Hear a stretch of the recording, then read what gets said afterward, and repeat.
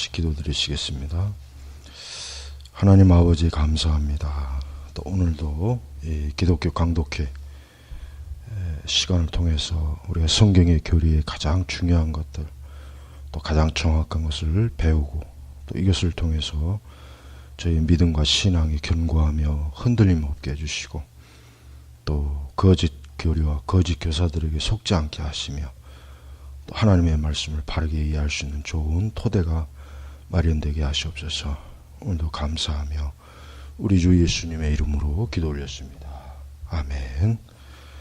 자, 지난주에 이어서 이제 제16장 그리스도는 우리를 구원하시기 위해 어떻게 구속주 역할을 수행하셨는가. 자, 466페이지. 자, 그렇지만 구원의 방법을 더욱더 정확하게 밝히기 위해 성경은 이것이 특별히 그리스도의 죽으심과 연관되어 있다고 언급했다. 그리스도는 인자가 온 것은 자기 목숨을 많은 사람 몰래 대속물로 주려 함이니라. 마태복음 20장 28절이요. 선언하셨고, 바울은 예수는 우리 범죄함을 위하여 내어줌이 되셨다고 가르쳤다. 세례 요한은 그가 세상 죄를 지시려고 오셨는데 이는 그가 하나님의 어린 양이시기 때문이라고 선언했다. 예수님께서 우리를 구원하시는 방식이 우선 가장 첫 번째 중요한 것은 그리스도께서 죄인들을 대신해서 죽으셔야 되는 거죠. 예수님은 십자가에, 즉 예수님은 우리 대신 죽음이라고 하는 그 형벌을 대신 지심으로 그것을 통해서 우리를 구원하시는 가장 첫 번째 일을 이루시는 겁니다. 예수님이 십자가에서 죽으시지 않으면 안 됩니다. 그래서 예수님은 반드시 죽으셔야만 됐던 거죠. 그래서 성경에도 그러한 것들을 많이 언급하는 것입니다. 다른 구절에서 바울은 그리스도 안에 있는 구소로 말미암아 하나님의 은혜로 값없이 의롭다 하심을 얻은 자 되었느니라. 이 예수를 하나님이 그의 피로 인하여 믿음으로 말미암은 화목제물로 세우셨느니라라고 가르쳤다. 이와 마찬가지로 우리가 그 피를 인하여 의롭다 하심을 얻었은즉 죽으심으로 말미암아 화목되었니라. 로마서 5장 9절에 10절입니다. 하나님이 죄를 알지도 못하신 자로 우리를 대신하여 죄를 삼으신 것은 우리로 하여금 저희 안에서 하나님의 의가 되려 하심이니라. 고린도후서 5장 11절.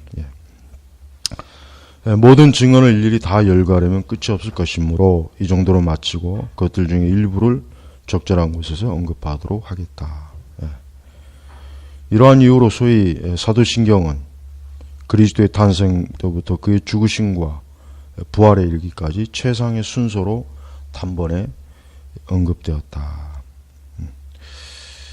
그러나 그리스도께서 그의 생애 가운데 보이신 순종의 나머지 부분은 제외되지 않는다. 바울은 그것을 처음부터 끝까지 모두 포괄적으로 다루었다. 그는 자기를 비워 종의 형체를 가져 죽기까지 복종하셨으니 그 십자가의 죽으심이라. 그리고 참으로 죽으신 그 자체에서도 그의 자발적인 순종은 매우 중요하다. 왜냐하면 자발적으로 드려지지 않는 희생제물은 더 이상 의를 이루지 못하기 때문이다. 그러므로 주님께서 자신이 양을 위하여 목숨을 버리셨음을 입증하셨을 때 그는 적절히 이를 내게서 빼앗은 자가 있는 것이 아니라고 덧붙였다. 이런 의미에서 이사야는 털 깎는 자 앞에 잠잠한 양같이라고 말했다. 이사야 53장 7절입니다. 예수님께서 우리를 구원하시는 방식 중에 이제 예수님이 이렇게 스스로 그러니까 죄가 없으시지만 우리 죄인을 대신해서 그분이 십자가에서 죽으시는 이 모든 것 자체가 뭡니까? 그분이 성부 하나님 아버지께 순종한 것입니다. 순종. 예수님께서는 하나님 아버지의 뜻을 이루시려고 이 땅에 오셨다고 스스로 말씀하셨던 것처럼 하나님 아버지의 뜻이 뭡니까? 바로 예수님께서 십자가에서 죽으시고 우리의 죄를 대신 값으로 치른 거죠. 예수님이. 바로 그러려면은 그 모든 과정 자체가 어떻게 됩니까? 예수님이 순종을 하셔야 되는 겁니다. 하나님께서는 억지로 하나님을 따라오는 것을 원치 않고 기꺼이 순종, 그 마음에서 하나님의 뜻을 기쁘게, 아주 기쁘게 받아들이는 그 마음, 그 중심, 그 심령을 하나님 기뻐하시죠. 바로 예수님 자신부터 그러한 선하신 본을 보여주신 거죠. 그래서 그분은 십자가에서 죽지 않으려고 억지로 막 끌려가거나 죽지 않으려고 발버둥을 치거나 그러지 않으셨어요. 아주 정말 여기 털 깎는 자 앞에 잠잠한 양같이라는 표현처럼 예수님은 당신 자신이 십자가에서 죽으시는 그 모든 것을 기꺼이 하나님의 뜻을 순종하는 그 자체로 기쁨으로 아주 기꺼이 그 자리에 이르신 것입니다. 그리고 복음 역사는 예수님께서 나아가 병존들을 만나셨으며 빌라도 앞에서 자신을 변호하지 않으셨으며 순순히 재판을 받으셨다고 언급했다. 사실상 갈등이 없었던 것은 아니다. 왜냐하면 그는 우리의 약점을 당당하셨으며 또한 이러한 방식으로 그가 아버지에게 보여주셨던 순종은 시험을 받아야만 되었기 때문이다. 우리는 하나님의 아들 예수님까지도 시험을 받으셨다는 게 이걸 잘 명심해야 돼요. 왜냐하면 우리 성도들의 신앙의 일생은 시험의 연속이에요. 시험이 없기를 바라서도 안 되겠지만 그런다고 해서 시험이 없는 것도 아니고, 그러니까 하나님께서는 당신의 택한 자들을 위해 반드시 여러 시험을 받게, 여러 시험을. 그러나 그 시험 속에서 망하게 하지는 않아요. 이걸 잘 명심해야 돼. 그래서 성경에도 그랬죠. 여러 시험을 만나거든 기쁘게 여기라 그랬죠. 기쁘게 여기라. 사실 참 기쁘게 여기기는 힘들죠. 솔직히 시험이 오면 참 힘들어요. 고통스럽고 참 괴롭고. 그런데 이제 믿음 안에서 그 시험을 이겨라. 그래요. 여러분, 하나님의 아들 예수님까지도 가장 극심한 십자가의 이 시험, 이 형벌의 시험을 받으셨어요. 그렇다면 우리도 믿음 생활하다가 어떤 시험이 왔을 때 그 시험을 이겨낼 수 있는 믿음, 그 시험을 이겨낼 수 있는 영적인 힘, 그 시험을 이기고자 하는 그 마음, 이런 게 참 중요해요. 왜냐하면 참 이 시험에 약하거든요. 특히 참 이 시대 그리스도인들은 시험을 잘 이기지 못하는 것 같아요. 시험을 좀 이렇게 참 잘 이겨내서 그 시험을 이겨낸 뒤에 하나님이 주시는 많은 은혜가 또 있단 말이에요. 그래서 여러분이 어떠한 시험, 몸이 약한 시험, 물질의 시험, 또 여러 하여튼 다양한 그 형태의 그 고난, 그 어려움, 이런 모든 것들을 잘 이겨내십시오. 그걸 잘 이겨내시면은 하나님께서 참 그 시험을 이긴 것에 대해 하나님께서 참 많은 은혜로 또 채워주십니다. 그래서 여러분, 우리가 시험이 왔을 때 불평하거나 원망하거나 또 그 시험으로 인해서 막 근심하고 한탄하고 절망적인 상황으로 빠지지 말고, 이 시험은 하나님께서 나를 위해서 내 믿음의 향상, 내 영적인 더 거룩함, 또 나를 향하신 그 하나님의 순전함에 의해서 이 시험이 주어진 것이다 여기고 그 시험을 잘 이겨내십시오. 시험은 딱 정한 기간, 때가 있어요.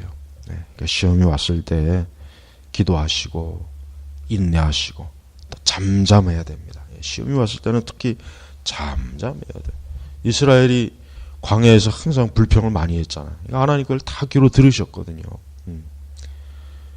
좀 저들이 그 시험이 왔을 때 그냥 잠잠히 하나님만 바라보고 하나님의 처분만을 바라보고 하나님의 주권적인 뜻만 바라보고 좀 잘 이렇게 넘겼으면은 그 광야에서 참 그렇게 40년 동안 그렇게 참 고난을 받을 일이 없을 텐데. 그래요. 시험이 왔을 때는 잠잠한 게 좋습니다. 잠잠히 하나님 바라보십시오. 예. 다른 어떤 극단적인 걸 하지 말고 잠잠히 주님 바라보시면은 그 시험이 넘어가요. 예, 그렇습니다. 자, 그리고 여기에 우리를 향하신 그의 비교할 수 없는 사랑에 택한 평범하지 않은 증거가 있었다. 즉 그는 무서운 공포와 싸우시고 잔인한 고통 가운데서도 자신에 관한 모든 관심을 다 내어버리시고 우리를 위해 준비해 주셨기 때문이다. 예, 그래요. 예수님이 당한 시험은 우리는 상상할 수가 없는 겁니다. 이건 우리는 감히 흉내도 낼 수 없고 상상할 수도 없고 이것이 얼마나 참 무섭고 참 잔인한 고통인지를 우리는 감히 참 꿈도 꿀 수 없는 거예요. 그러나 예수님께서 우리를 그 죄, 우리를 사망과 멸망의 죄에서 건지시기 위한 이 예수님의 놀라우신 이 사랑을 생각한다면 여러분 우리 항상 감사하고 또 아까도 얘기했지만은 다양한 시험이 왔을 때 조금만 참으면 돼요. 그러면은 그 시험이 아무것도 아니었구나. 그 시험을 통해서 내가 더 믿음이 온전해지고 더 성결되어지고 더 하나님의 합당한 자로서 좀 준비되어지고 이제 그걸 발견한단 말이에요. 근데 시험이 왔을 때 그냥 주저앉아 버리거나 넘어지거나 그 시험으로 인해 죄를 짓거나 또 불신앙에 빠지거나 그 시험이 왔다고 해서 또 이제 감정적이 충동적으로 막 참 말씀에 어긋나 그런 길로 가면 참 그는 성령을 근심케 하는 겁니다. 그리고 우리는 이것을 굳게 주장해야만 한다. 즉 그리스도께서 자기 자신의 감정을 무시해버리고 전적으로 자신을 그의 아버지 뜻에 굴복하시고 복종하시지 않았다면 그 어떤 희생제물도 하나님께 합당하게 드려줄 수 없었다는 것이다. 그렇습니다. 예수님은 전적으로 하나님의 뜻을 이렇게 순종하는데 자기의 모든 것들을 다 이렇게 희생하신 거예요. 이 점에 대해서 사도는 시편으로부터 다음과 같은 증거를 적절하게 인용했다. 두루마기 책에 나를 가리켜 기록한 것과 같이 또 하나님이여 보시옵소서 내가 하나님의 뜻을 행하러 왔나이다. 내가 주의 뜻 행하기를 즐기오니 주의 법이 나의 심중에 있나이다. 그 후에 말씀하시기를 보시옵소서 내가 왔나이다. 전부 다 히브리서의 지금 말씀입니다. 히브리서 10장. 그러나 두려워 떠는 양심들은 오직 죄를 대속하는 희생제사와 결례에서만 안식을 얻게 되었기 때문에 우리는 합당하게 거기로 인도된다. 그리고 우리를 위해 생명의 본체가 그리스도의 죽으심 속에서 제시되는 것이다. 자, 이제 다음 빌라도를 통한 정죄. 우리를 죄책으로 인한 저주는 하나님의 하늘 심판대에서 우리를 기다리고 있었다. 따라서 성경은 먼저 그리스도께서 유대 총독 본디오 빌라도 앞에서 정죄 받으신 것을 언급했는데 이는 우리가 마땅히 받아야 할 형벌이 이 의로우신 분에게 부과되었음을 가르치는 것이다. 우리는 하나의 무서운 심판을 피할 수 없다. 그 심판으로부터 우리를 구출해내시기 위해 그리스도께서는 죽을 수밖에 없는 인간, 아니 사악하고 모독적인 인간 앞에서 스스로 정죄를 받으셨다. 정죄를 받으셨다. 정죄. 예수님은 정죄 받으실 만한 죄가 단 하나도 없는데 정죄를 받았다. 이게 정죄. 이게 바로 내가 받아야 될 정죄를 예수님이 대신 이제 받으셨다. 이렇게 봐야 되는 겁니다. 총독이라는 칭호가 언급된 것은 역사의 신실성을 확증해주기 위함뿐만 아니라 우리로 하여금 이사야에 가르친 바 그가 징계를 받음으로 우리가 평안을 누리고 그가 채찍에 맞음으로 우리가 나음을 입었도다. 이사야 53장 5절 라는 말씀을 배우도록 하기 위함이다. 그러니까 예수님의 이와 같은 예수님께서 이렇게 형벌을 받으시고 빌라도라고 하는 로마의 총독에게 이런 십자가형의 언도를 받은 거, 이게 다 역사적인 사실이에요. 이게 꾸며낸 얘기가 아니란 말이에요. 실제로 당시 로마의 역사가들도 나사렛 예수, 그 다음에 그 빌라도, 예수 그리스도의 그 모든 그것에 대한 기록을 남겨놨어요. 그러니까 우리는 성경의 기록이 그냥 하나의 종교적인 기록만으로 여기면 안 됩니다. 성경에 있는 모든 기록은 다 역사적으로 근거가 있는 기록입니다. 그래서 예수님은 실제로 빌라도라고 하는 그 당시 유대의 총독 그 사람에게 그 재판장 앞에서 십자가형의 언도를 받았다는 것을 알아야 됩니다. 이것이 바로 또 영적으로는 우리를 대신한 정죄받은 겁니다. 우리가 정죄받은 것을 제거하기 위해서는 아무렇게나 죽임을 당해도 충분한 것은 아니었다. 우리의 구속에 합당한 보상을 하려면 우리가 정죄받는 것을 자신에게로 옮기고 우리가 죄 지은 것을 자신에게 지음으로써 우리를 해방시켜 줄 수 있는 그런 형태의 죽음을 선택해야만 했다. 만일 그가 도둑에게 죽임을 당했거나 성난 폭도들의 반란에서 살해되었다면 이런 죽음에서 보상에 대한 아무런 증거도 찾아볼 수 없을 것이다. 그렇죠. 예수님의 정죄는 예수님이 이런 받으신 정죄가 마땅히 그 정죄를 받을 만한 죄가 있어서 정죄를 받았다면 그건 정말 우리의 구속에 아무런 효력이 없는 거죠. 그러나 예수님은 전혀 정죄를 받을 만한 죄가 없으셨는데 정죄를 받았다는 것은 그것은 우리의 죄가 예수님에게서 옮겨지고 예수님의 의가 우리에게로 옮겨지고 이렇게 된 거예요.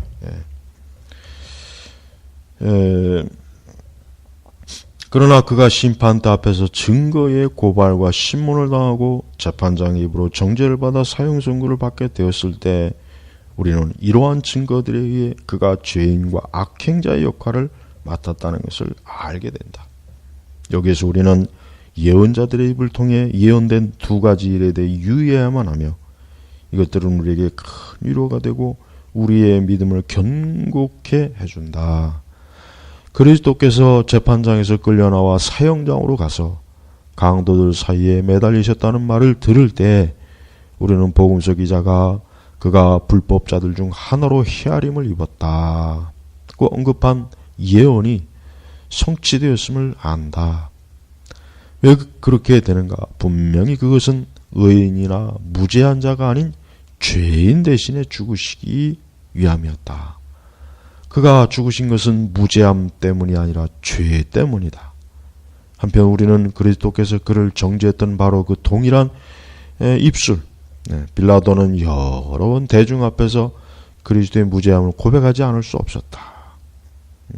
예를 들면 마태복음 27장 23절에 의해 무죄함을 선고받았다는 것을 깨울 때 우리는 다른 선지자의 말을 기억해야 된다. 즉 내가 취치 아니한 것도 물어주게 되었나이다. 시편 69편 4절이죠. 예수님의 이런 정죄, 사실은 빌라도 자신도 예수님이 죄가 없다는 걸 알았어요.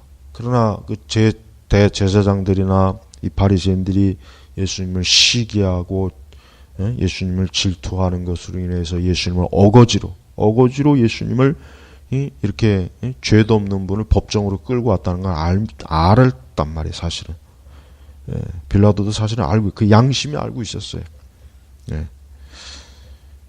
자, 이와 같이 우리는 죄인과 행악자의 인격이 그리스도 안에 나타난 것을 보게 되지만 동시에 그녀의 빛나는 무죄하심에서 그는 자기 자신의 죄가 아닌 다른 사람의 죄를 대신 지졌다는 것이 명백해질 것이다.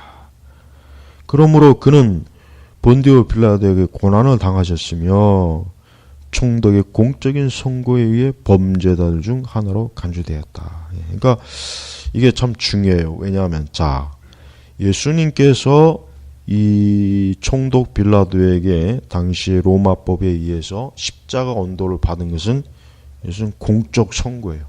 이것은 그냥 어떤 개인적인 감정이나 우발적으로 이렇게 된 것이 아니라 정식으로 예수 그리스도께서는 죄인이다라고 하는 것이 로마 법정에서 그게 선고가 된 거예요. 그러니까 굉장히 법적인 효력이 있는 거죠.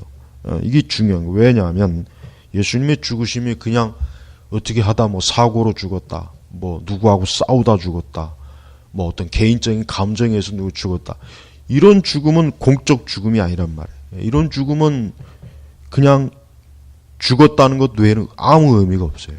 그러니까 하나님께서는 예수님이 그 죽으셔야 되는 과정 속에 나중에 우리가 법정적인 칭의, 즉 우리가 하나님에 의해서 법적으로 우리가 용서받은 의롭게 되는 과정과 동일하게 예수님은 어때요? 이 법정에서 공적으로 죄인이라고 하는 그 낙인이 찍혀야 되는 거예요. 이게 아주 중요한 겁니다. 이게서 우리가 이 빌라도의 법정에서 예수님이 십자가형을 언도받은 것은 이것은 나중에 우리가 하나님에 의해서 법정적 의의를 얻는 것과 동일한 거예요. 동일한 관련이 있는 거예요. 그래서 굉장히 중요한 겁니다. 그래서 우리는 예수님의 죽으심 자체가 이게 법적으로 효력 있는 죽으심이다. 이렇게 일단 알고 있어야 돼. 그러나 실제로 그는 범죄자가 아니셨다. 왜냐하면 그는 동시에 그의 판단에 의해 의롭다고 선포되었기 때문이다. 빌라도는 나는 그에게서 아무 죄도 찾지 못하노라. 요한복음 18장 38절이죠. 예. 그러니까 빌라도는 이렇게 예수님에게서 도무지 죄를 찾지 못했어요. 예. 아무 죄가 없는 거예요.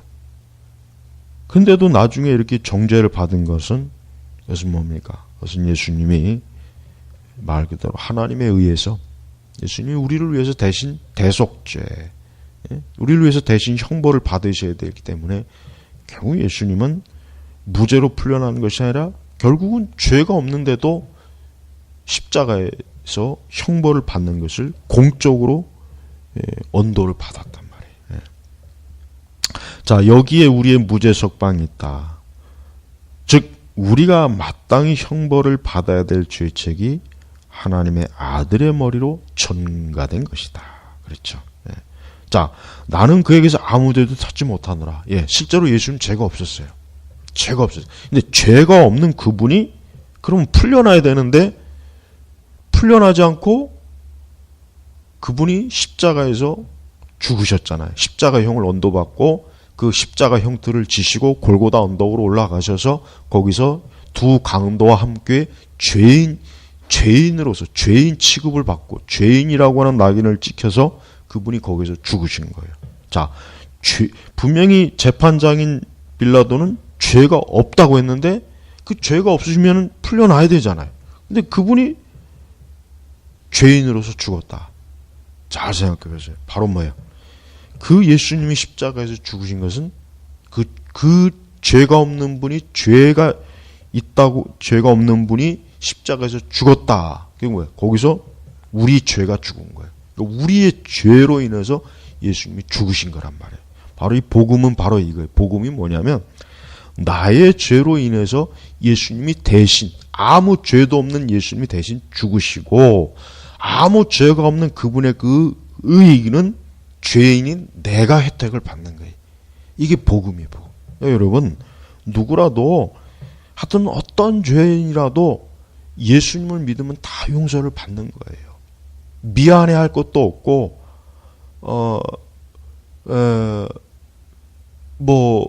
염치가 없다 이런 생각도 하면 안 돼요. 그냥 내가 살려면 어때요? 내가 죄 가운데 멸망당하지 않고 살려면 어때요? 살아야죠. 그럼 어떻게? 예수님 믿어야 되는 거예요. 그러니까 여러분 예수님을 믿어야 될 이유는 너무 많은 거예요.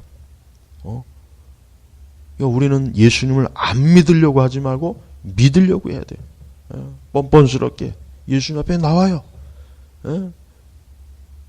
주님 앞에 얼굴 들 명목이 없다. 그런 생각도 하지 마요. 나 같은 사람이 어떻게 나 같은 죄인이 어떻게 예수님 믿냐? 죄인이니까 예수님 믿어야 되는 거예요. 그러니까 내 자신으로는 어떤 식으로 해도 내 죄를 이게 없을 수가 없어요. 이게 방법이 없어요. 길이 없는 거예요. 그러니까 예수님께서 대신 하나님께서 대신 예수님을 우리의 죄값으로 십자가에서 이렇게 처리하신 거란 말이에요. 이건 너무 중요한 것입니다. 그러니까 이렇게 그러니까 내 죄와 내 죄책을 예수님에게 다 책임져 버린 거예요. 그리고 예수님의 의는 나에게 온 것이고. 무엇보다도 우리는 이러한 대치를 기억해야만 한다. 그렇지 않으면 우리는 평생 동안 떨며 불안하게 살 것이다. 하나님의 아들이 친히 그의 공의로우신 보응을 받으셨는데 마치 그 보응이 여전히 우리에게 임하기라도 한 듯이 말이다. 그래요. 우리가 이제 여기서 알 수 있는 건 뭐예요? 우리는 인간은 어떤 자기의 선행, 의, 자기 어떤 도덕적, 윤리적인 것을 가지고 내 죄를 좀 어떻게 좀 이렇게 좀 없앨 수 없을까? 이걸 좀 어떻게 값을 치르지 않을까? 이건 불가능한 거예요. 그런 방식으로는 죄가 처리가 안 돼요. 그래서 우리는 사람이 착하게 살다, 선하게 살았다, 도덕적이다, 윤리적이다. 그러니까 나는 죄가 없다. 그게 아닙니다. 그게 본질적, 원죄. 하나님과 애초부터 원수된 죄인의 죄성을 가지고 이 세상에 나왔단 말이에요. 그러니까 그 죄가 없어지는 게 아니에요. 그러니까 그 죄를 그럼 누가 치료해야 되느냐 이게 예수님이 치른 거예요. 예수님 자신이 무죄한 분이신데 그분이 대신 치러주신 거예요. 그러니까 여러분 우리는 이것을 안다면 어느 누구라도 나는 예수님 믿어야 되겠구나 이런 생각이 들 거예요. 그러니까 여러분 나는 이런 죄도 있고 저런 죄도 있고 난 이래도 있고 그것보다 더 큰 게 뭐예요? 그것보다 더 큰 게 하나님의 사랑, 예수님의 십자가의 은혜 이게 더 큰 거예요. 넓은 바다 그 바다에서 물 한 동이 퍼온다고 해서 뭐 그 바다가 줄어들겠어요?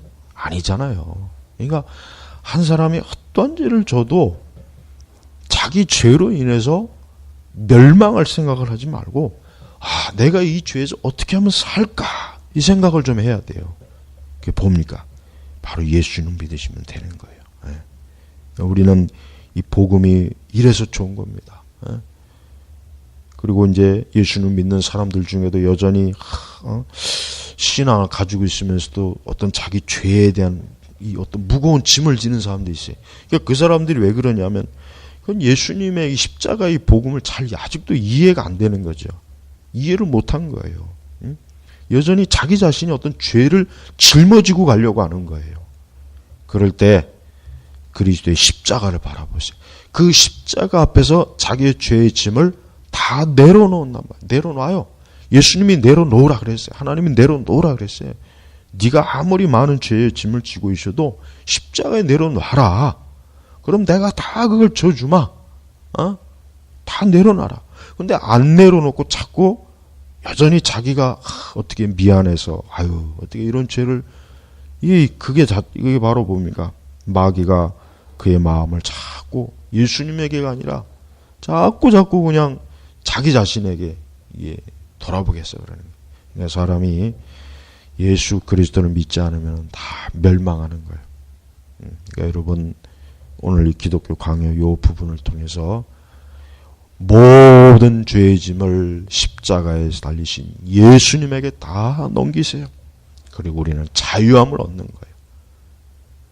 우리는 생명을 얻는 거예요. 우리는 하나님의 자녀가 되는 거예요.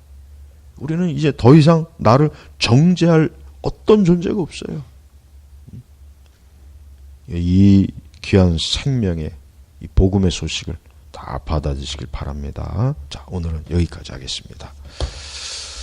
하나님 아버지 감사합니다. 이 참 예수님의 이 대속의 이 귀한 그리스도의 그 십자가의 그 형벌과 고난이 바로 내 죄를 인함이라는 걸 이 시간에 성령께서 깨닫게 하셔서 오늘 이 강의를 듣는 모든 분들이 예수님의 복음을 통해서 자유와 생명을 얻게 하옵소서. 예수 그리스도의 이름으로 기도 올렸습니다. 아멘.